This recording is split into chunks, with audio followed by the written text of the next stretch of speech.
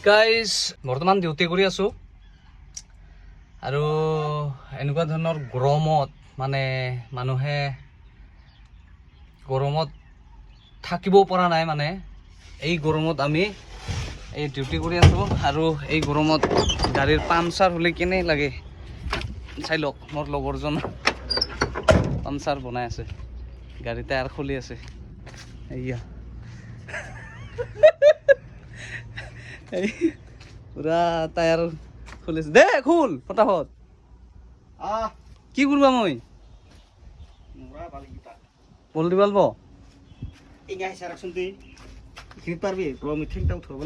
হেই তাত নৰবি নেকি হা